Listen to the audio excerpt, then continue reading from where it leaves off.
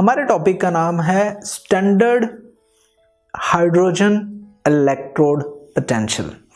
अब इसे हम शॉर्ट फॉर्म में SHE भी लिखते हैं। पिछले टॉपिक में हमने देखा था कि जब हमने एक मेटल स्ट्रिप को उसके अपने आयंस में रखा तो उसके पास दो पॉसिबिलिटीज थी या दो टेंडेंसीज थी या दो काम करने की एबिलिटी थी। एक वो इलेक्ट्रॉन दे सकती थी, दूसरा वो इलेक्ट्रॉन ले सकती थी। अब ये तो एक मेटल की अपने साथ हमने देखा कि एबिलिटी है, लेकिन अगर हम यही एबिलिटी जिंक की किसी और के साथ रखना चाहें तो कैसे मालूम करेंगे कि ये इलेक्ट्रॉन रखे? तो हमें कोई कंपैरिजन करना पड़ेगा। फॉर एग्जांपल ये मैं एक स्केल ले लेता हूँ, बैलेंस। एक तरफ मैं जिंक रखता हूँ, दूसरी तरफ मैं हाइड्रोजन रखता हूँ, एंड सेंटर में है इलेक्ट्रॉन।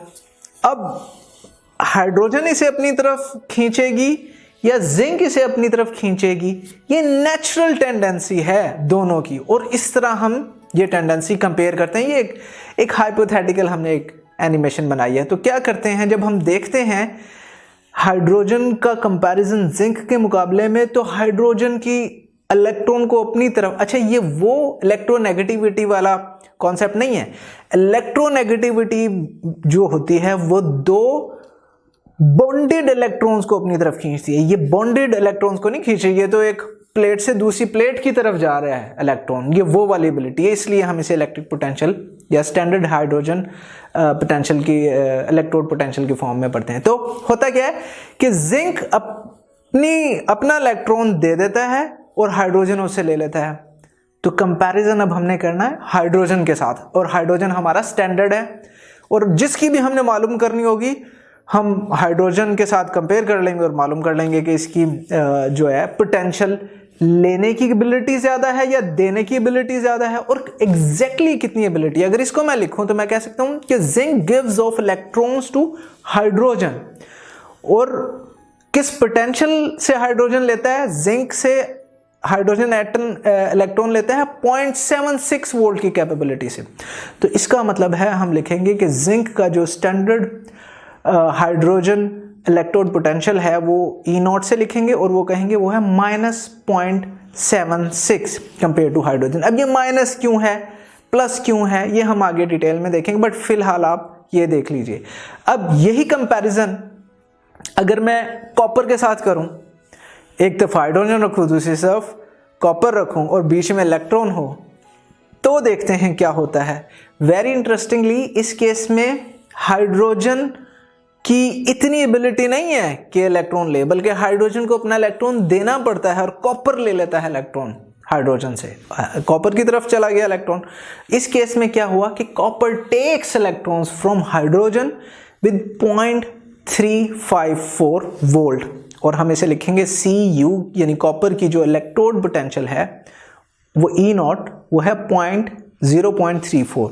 किसके कंपैरिजन में? Compare to hydrogen. अब अगेन पिछले टॉपिक में हमने क्या किया था, हमने ये सेटअप यूज किया था जहां पे हमने जिंक को एक जिंक के आयंस के सॉल्यूशन में डिप किया, और फिर ये दो प्रोसेसेस हुए जहां हमने देखा एक प्रोसेस था जिसमें इलेक्ट्रॉन देने की एबिलिटी ज्यादा थी, दूसरे प्रोसेस में इलेक्ट्रॉन लेने की एबिलिटी हमने मेजर की या कंपेयर की।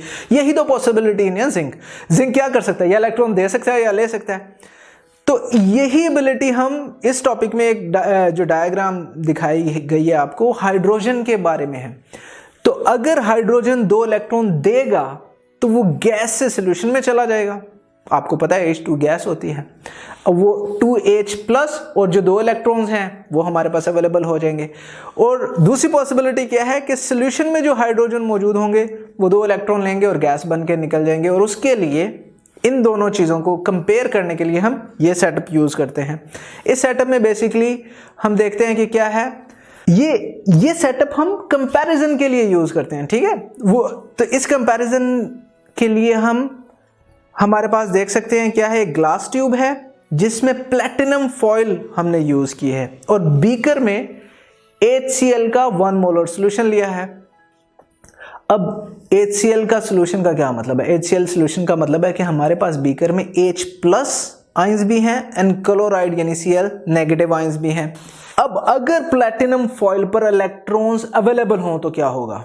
अवेलेबल होंगे तो हाइड्रोजन आयंस यानी H+ आयंस जो सॉल्यूशन में मौजूद हैं वो आएंगे, प्लैटिनम फॉइल से 2 इलेक्ट्रॉन गेन करेंगे और करने के बाद हाइड्रोजन गैस बना देंगे और वो गैस जो है हमारे इस वेंट से या इस सुराख से बाहर निकल जाएगी। ये तो एक पॉसिबिलिटी है, लेकिन ये वो पॉसिबिलिटी थी जब इलेक्ट्रॉन फॉइल पर मौजूद थे। अगर मौजूद ना होते तो उस सूरत में हमें इस सुराख में से हाइड्रोजन गैस अंदर डालनी पड़ती है।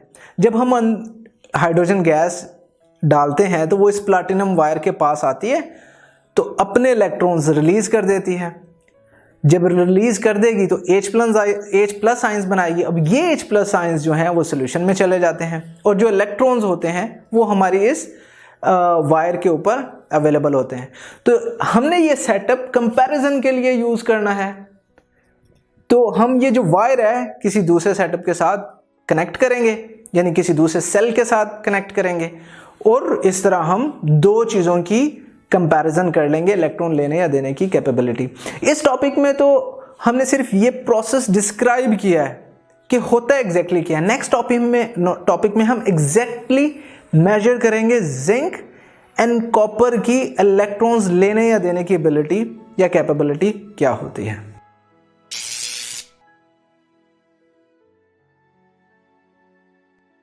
अगर ये लेक्चर आप कंप्लीटली देखना चाहते हैं और इसके साथ साथ बेशुमार MCQs, उनके आंसर्स और एक्सप्लेनेशंस भी हासिल करना चाहते हैं एंड दैट ऑल फ्री, तो अभी गूगल प्ले स्टोर पे जाइए एंड लिखिए हिप्पो ई-लर्निंग प्रोग्राम।